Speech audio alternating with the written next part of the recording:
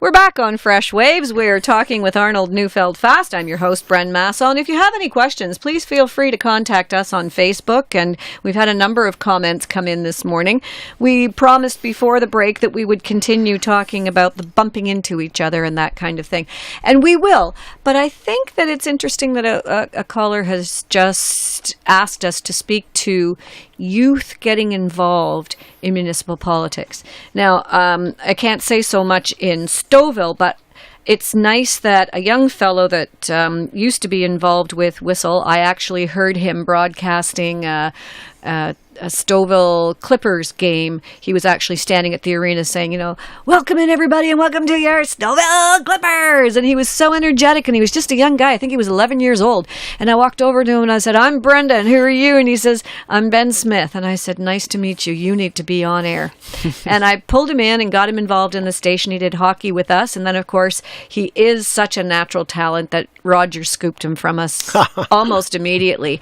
And I can honestly say that as a young guy, he's in his teens, is still in high school, and he's now running for school board trustee for the Catholic School Board in Markham. And people out there, I told you this wasn't going to be a support one candidate, but this is not the Markham riding. But if you're listening and you live in the Markham area, check him out. For no other reason than that he is a young guy who's caring about his community enough to run for school board trustee. He knows his stuff. One thing you can say about Ben, as arrogant as he is, he knows what he is talking about. And if Ben is any indication of what the youth of today is like, I am so proud to be a part of the world right now, because he is an awesome young man. Excellent. I just can't say enough good things about him. He's just a great young man. Yeah. So I'm super glad that there's now a grade 10 civics course. That was not the case when I was in high school. Right. And every high school student has to take that course.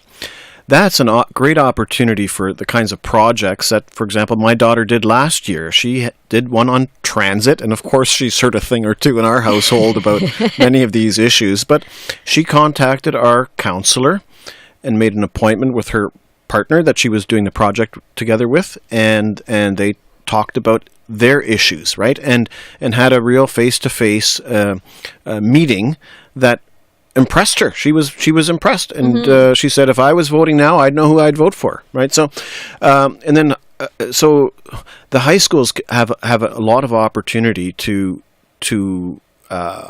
help students embrace the story of their community. Well, that happens even in the younger years, knowing who settled this place, And again, my daughter heard stories in the house just because we talk about these kinds of things. And I remember in grade 3 or 4, I said, well, about the first settlers, who those families were. We're friends with some of their descendants. Where some of these historical buildings in town are. And your teacher, who's not living in town, probably doesn't. And she said, no, we're not supposed to talk about specifics, just pioneers in general. I said, all right, let's not talk specific and said that the first settlers were Wendat.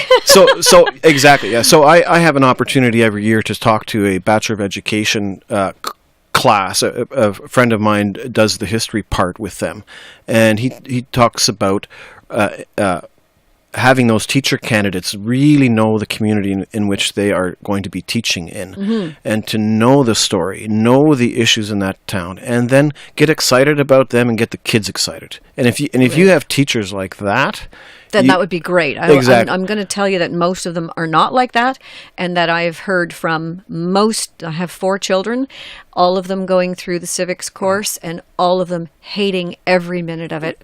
And I have a daughter who is now in 3rd year civil engineering, who loves transit and traffic, thinks it's a phenomenal, fascinating area of study, and got that through university, not through high school. Now, that's not to say that when you're younger and you're in a high school, you may not realize how much it means. But at the same sense, the fact that inspiration for learning is often not there. It's more because, here's what we got to do. We got to do it because here, and this is the form of government, and this is, and the kids don't have the frame of reference that they need in order to even do these projects, especially the ones that are in grade school. One of the projects, it required them to find an article in the newspaper about some federal issue that was happening at the time. We couldn't find it. I mean, okay, thank you, teacher, for giving me homework to do this weekend because the child doesn't have this frame of reference. Yeah. There's a way of teaching civics that has to deal and must deal with exploring your own community. Exactly. So I think the schools they've got some good... They should take the number 9. There's a field trip. There's a field trip. Go down to number 9. See how long it takes you to get there and back. Yeah. So I remember my grade 11 teacher, her father was the mayor of St. Catharines and had just been elected now as a federal MP. Well, she arranged for me to have lunch with her dad.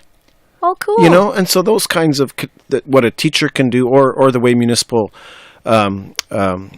figures, what they can reach out to kids, and it might take 10 or 20 years for that seed to grow. But those are the things we really need to grow grassroots democracy, and that's really what it's about. And it's nice to have them involved. I know that the elections, whether it was provincial or federal, made an effort to put the polling stations in the high schools and in the public schools so that the children would see people going to vote, and this is a good thing. And then, of course, it sparks a discussion, and that discussion is a learning opportunity. But it's more than just seeing someone vote. It's asking why they're voting. My kids still don't ask enough questions about why. Why are, in the federal election, I heard my oldest daughter and a lot of her friends saying, ABC, Mom, ABC. I said, what's that? Anything but conservative. I said, but why? And if it's anything but conservative, then who are you voting for? I'm not voting for anybody. I'm just doing ABC. And to this day, she swears that she didn't vote for Justin Trudeau. She voted against the Conservatives. It's just, okay, you've got to take that headset and see the reality of what you've done. And in Canada, you can't even vote for Justin Trudeau unless you live in his riding. Right. You actually have, anyway. You have to vote for a local real person. And that's one of the things that really bothers me, but that's another conversation for the next federal election, is I would like to be able to vote for 2 different people.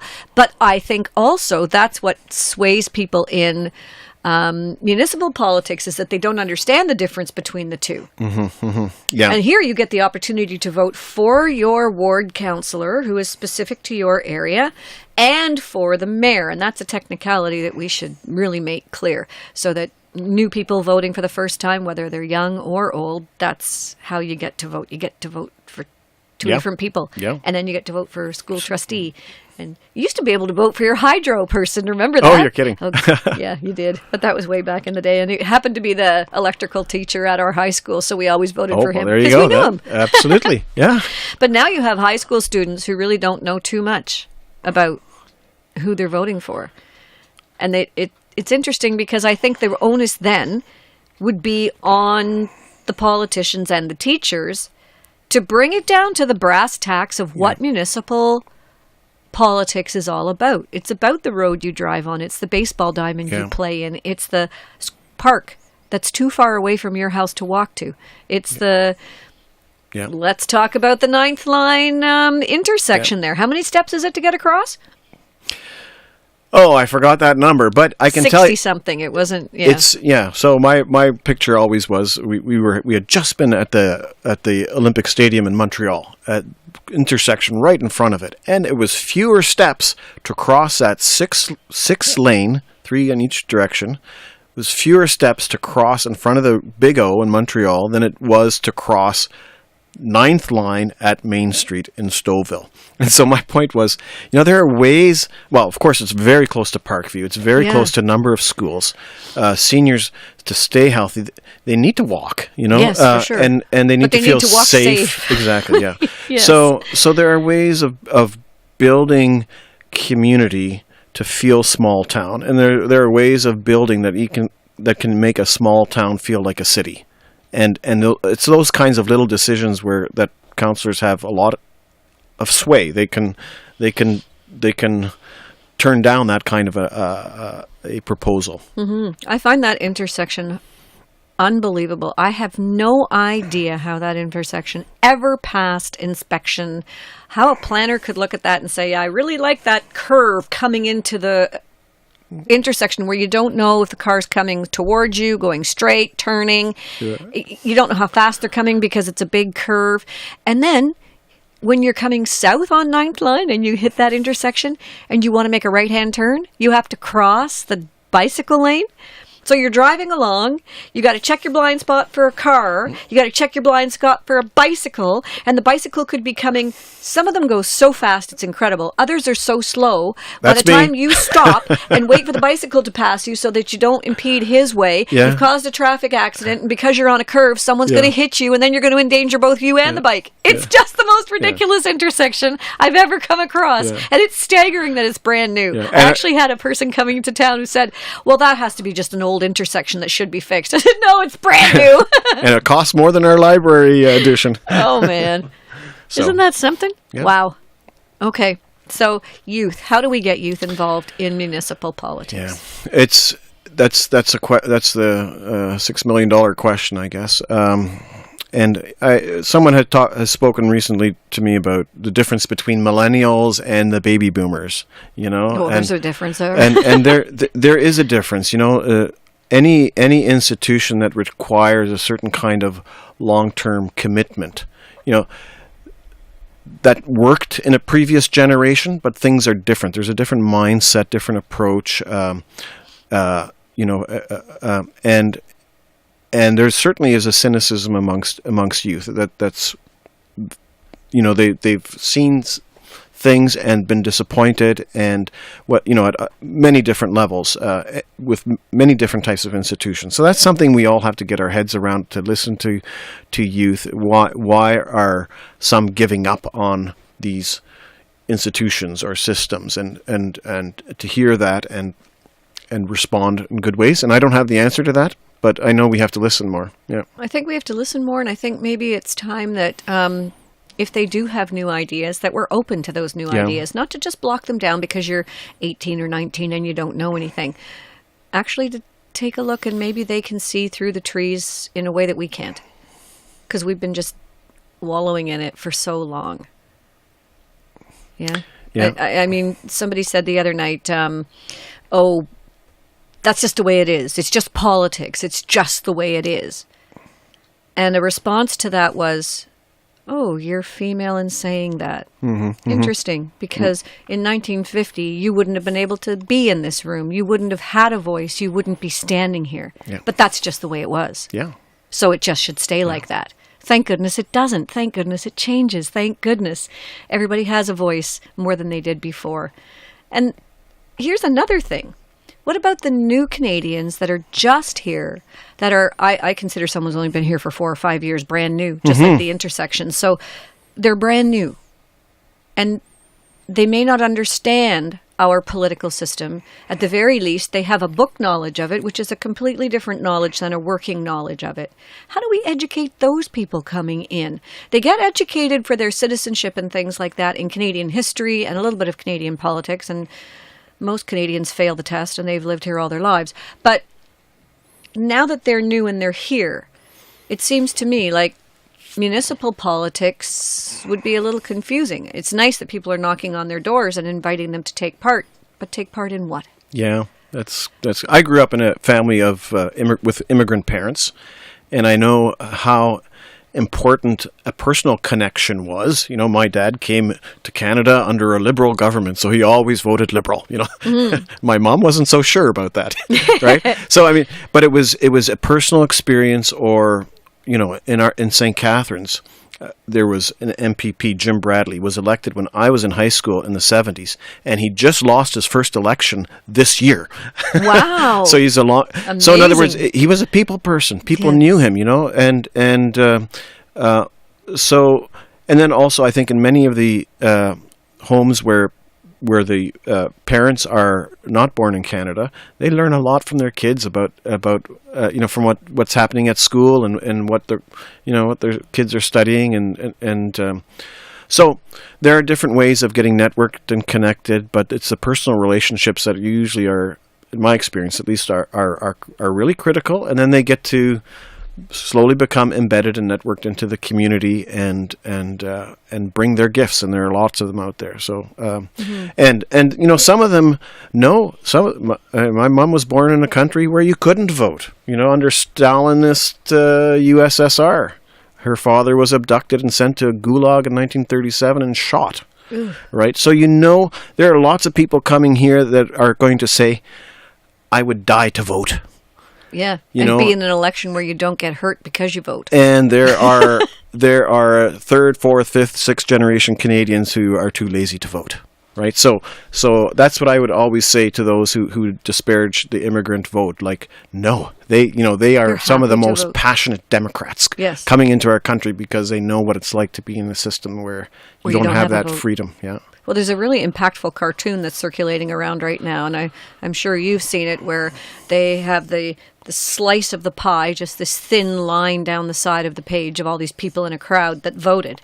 And the majority of them standing over here saying, why should I bother voting? My vote doesn't count anyway. Yeah. But they're the majority of the people. It's a really visually impactful cartoon that I think says a lot. Yeah. And I think in Stouffville, if you look at the 2014 results through all the wards in the mayoral competition as well, from 25 to 300 votes made a difference. Ward 3, it was down to 25 votes in 2010. Not this last election, but 2010 election between two candidates, 25 vote difference. And that... Well, that's a recount for sure. That was a recount. That was a recount. Yeah, and then there was something similar in Ward 1, where it was a 300 vote difference. In the last mayoral election, it was down to a few hundred as well.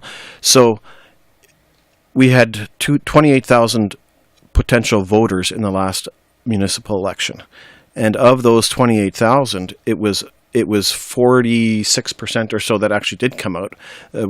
Everyone was hoping for a 50% turnout, but man, the majority of our residents are not voting, and when it comes down to 25 or 300 votes, that changes everything. It changes a race and puts in a different candidate. So never underestimate the power of your vote. Power of your vote, yeah. And candidates know that if they can get their support base out, they win. Because knowing that only first of all, no more than 45% are probably going to get elected, and if you no more than 45% will come out for the vote, and if you can get your core out, you'll win. Yeah, it's a weird thing, isn't it? Because you'd hate to have the elections be a popularity contest. It should always be a contest of who would be the better candidate. But so many times it is a popularity contest. Yeah. So you can't dictate who people vote for. And I know people who are afraid to say who they're going to vote for, so they smile at you and say, yes, I'll vote for that person, and they go and cast a vote for someone else. I worked once. It was one of the most eye-opening experiences I've ever had, and was when I first got into politics, because my dad was always involved in politics in Markham and in Thornhill. And our next-door neighbor, Stan Dorio, was our ward councillor for years and years, and now he's he's in his 80s, and he's up in Innisfil, and he's still a ward councillor. He's gotten right back into it. Said he would never do it again, and he's back doing it again. Love you, Stan. He's just a great guy. But they asked me to be... to work with the federal election, and I ended up being the guy at the door. What is he called? That makes sure that but it was me, making sure that everybody stays in line. Okay, which was really funny because I'm just not that person. At the time, I weighed like 100 pounds. I'm a girl, but. Actually, what I ended up doing mostly was asking people what their addresses were so that I could direct them to the right table, and had to send several of them home to look at the street sign to figure out what street they actually lived on, which was quite surprising. But I participated in the vote counting at the end in a scrutinizing kind of way, just to make sure. The number of destroyed ballots because the X was incorrectly placed, or placed throughout the entire card, or just done incorrectly. Yeah. It was staggering. Yeah, so that's a lost vote. It's a lost vote, but Yeah. it's a lost vote for everyone, not Yeah. just for whoever they were going to vote for, Yeah. but for everyone. Yeah, and sometimes candidates drop out, but the ballots have been printed. So we're in that situation this year for our mayoral campaign. There's one candidate who's dropped out, but there's a certain deadline. But his name will still be on the ballot. Exactly. So anyone voting for that individual, that's a destroyed vote. Yeah. So Now, people have destroyed their vote on purpose. I know in the Exactly. last Yep. federal election, that was quite the thing. Yep. A lot of people Protest. I knew wanted to vote and exercise their right as a member of a democratic society to cast a vote, but did not like any of the candidates in the federal election. Yep. So they destroyed their ballot, which is putting an X through the whole ballot. But the fact that they voted was recorded, and the destroyed ballots are recorded. Exactly, yeah. And that is a pretty impactful statement, I think. Yeah. It's too bad we don't have, it's too bad that we have a first past the post electoral system. In other words, whoever just gets the most votes wins. And there are probably more democratic ways of getting the candidate who most people support to get that person elected. And first past the post doesn't do that very well. So you think that there should be like an overall, so not just the person who won that riding going towards whatever, but the count of all the votes. Yeah, like so that's the popular vote. Is that what they call it in the States? Because Hillary Clinton had the popular vote. Yeah, but Trump won because he had the most seats. I don't think they call them seats in the States. Electoral college. Yeah. So there would be there are different ways of doing this, but by having a first and second choice. So if your first person doesn't get the 50% mark, then the lowest candidate falls off, and you take your second choice of everyone, and so in other words, that there are more people supporting one candidate than there would be if it's just the person who gets more votes in the first round, So. Right, and that's kind of how Toastmasters runs their speech competitions. Yeah, exactly, you vote for first, second, and third, and then you get your overall winner. Yeah. Anyway, we have to take a little break, and before we take the break, I will mention that Stouffville Toastmasters has begun again. It's now taking place at the Town Hall offices in the second and fourth Thursday of every month. So check out the Stouffville Toastmasters if you're interested in public speaking. It's a really interesting club. Some nice people there, some good input, and I can guarantee you that it will help you with your public speaking techniques. We're taking a break here on Fresh Waves. I'm your host, Bren Masson. We're talking with Arnold Neufeldt-Fast. Stay tuned. We've got great conversation coming your way.